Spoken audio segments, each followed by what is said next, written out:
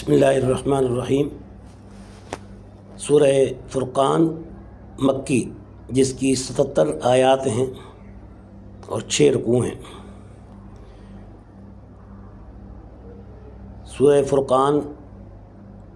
فرقان کے معنی ہے، یہ مصدر ہے فرق بین الشیئین، یعنی جو دو چیزوں کو الگ الگ کر دے اس کو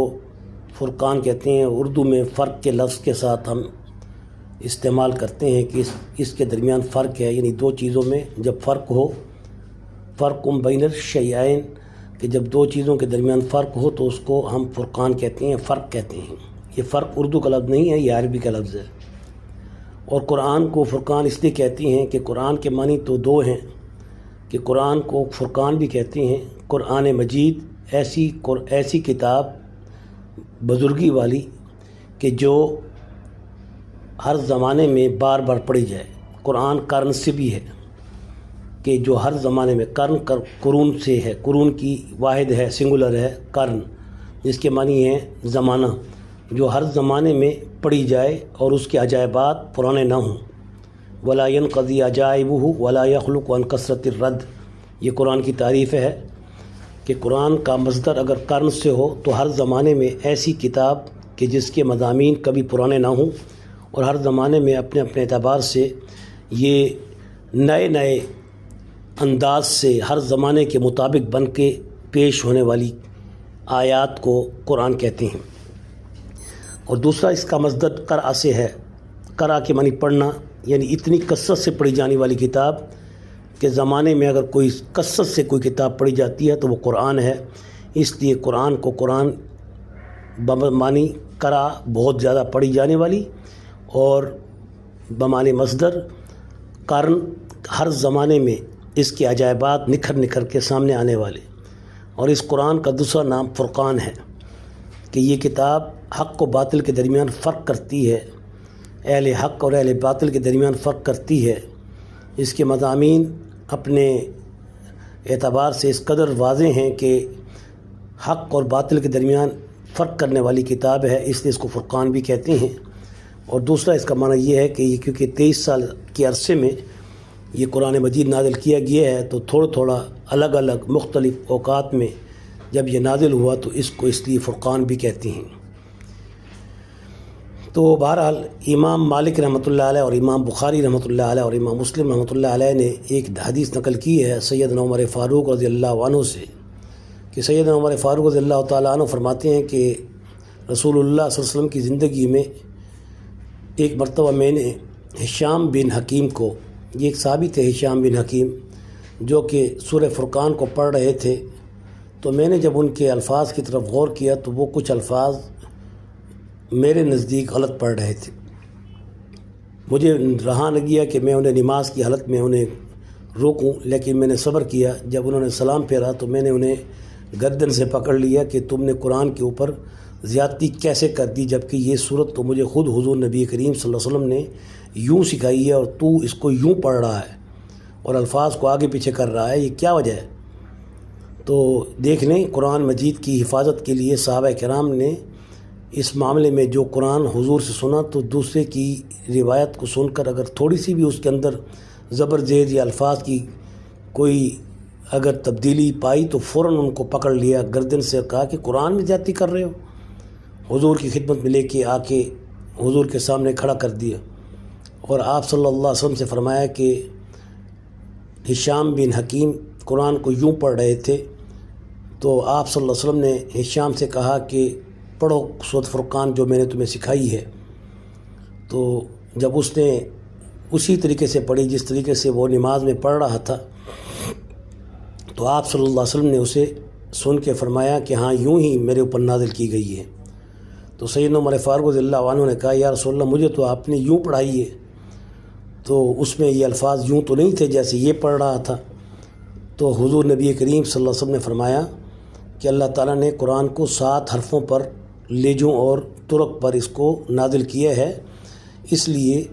اس کے ہر قرات کو پڑھنے کا مجھ سے ثبوت ہے، اور جبریل امین نے مجھے مختلف عرب کے لہجوں میں، مختلف عرب کے جو الفاظ عربی کے مخصوص تھے ان کے اندر ان الفاظ کو مختلف قراتوں سے پڑھ کر مجھے پڑھایا ہے اور سنایا ہے، اس لیے تمہیں بھی جو میں نے پڑھائی وہ بھی درست ہے اور جو ہشام بن حکیم پڑھ رہا ہے یہ بھی درست ہے۔ معنی کے اعتبار سے دونوں کے معنی ایک ہیں۔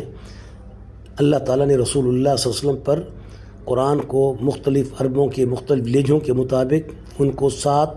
اور پھر 3، اس لیے اس کو 7 عشرہ کہتے ہیں، قرات 7 و عشرہ کہ 7 اور 3 کے ساتھ پھر 10 ہو جاتی ہیں، کہ 7 و عشرہ یہ 10 روایتیں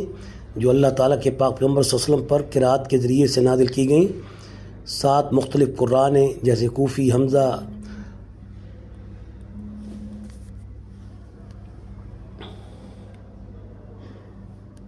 حمزہ، اور روایت حفص، روایت عاصم جس کو ہم کہتے ہیں ان عاصم سے جو ہم پڑھتے ہیں۔ اس طرح مختلف اور روایتیں بھی ہیں قرآن مجید کی جو مختلف نزول کے وقت نازل کی گئیں۔ تو یہ مختصر سورۃ فرقان کا ایک تمہیدی خلاصہ بطور وجہ تسمیہ اور شان نزول میں نے پیش کیا ہے، اور مزید اس کی جو آیات آگے آئیں گی تو اس کے مطابق اس کی تشریح اور ترتیب آگے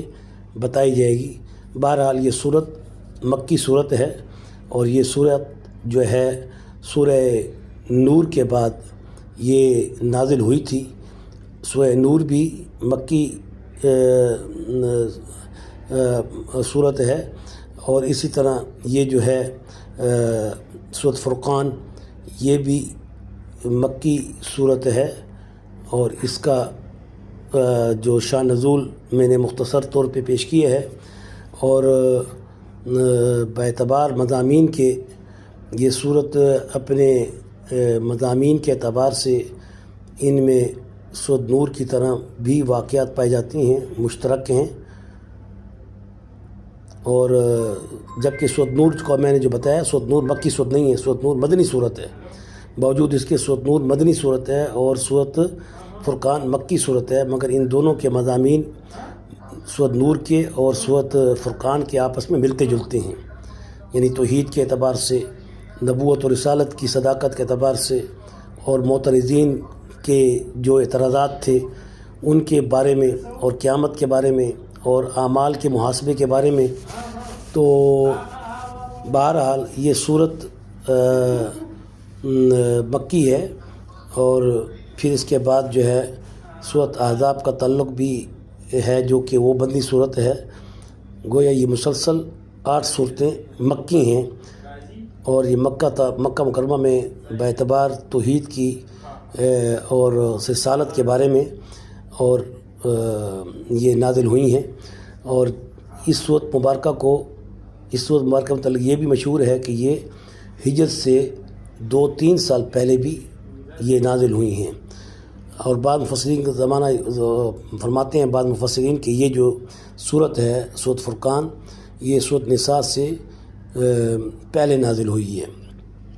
اور سورۃ نساء جو ہے یہ 5 یا 6 ہجری میں نازل ہوئی تھی۔ تو اس لحاظ سے یہ صورت جو سورۃ فرقان ہے اس کا نزول ہجرت سے تقریباً 3 سال پہلے بنتا ہے،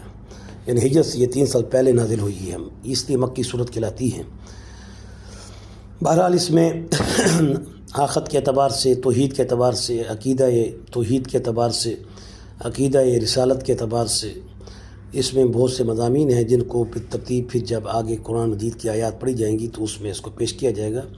اس کے پہلے لفظ تبارک الذی کا بس ایک ہی لفظ کا معنی سمجھنا ضروری ہے، کیونکہ اس کی ابتدا تبارک الذی نزل الفرقان سے ہو رہی ہے، تو تبارک کا معنی جو ہوتا ہے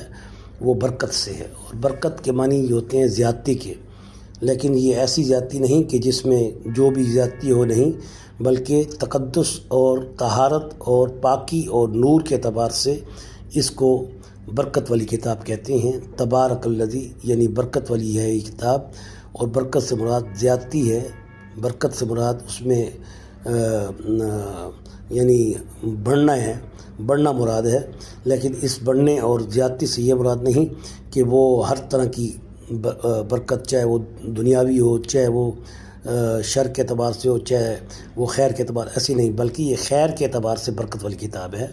اور اس کے معنی تبرک سے ہے، اور تبرک خیر کے معنی میں پایا جاتا ہے، نہ کہ اس کا معنی کسی اور شر کے معنی میں بھی اس کو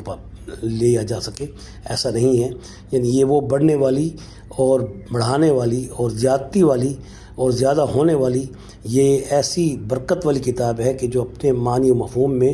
اور اپنے خیر کے کاموں میں، خیر کے معاملات میں، معجزات کے اعتبار سے، کرامات کے اعتبار سے اس میں اللہ تعالیٰ نے اس کتاب کی برکت سے اس کو بڑھایا ہے۔ تو بہرحال یہ اس کا شان نزول ہے، اور مزید اس کی تشریحات اپنی آیات کے اعتبار سے ساتھ ساتھ کی جائیں گی۔ وآخر دعوانا ان الحمد للہ رب العالمین۔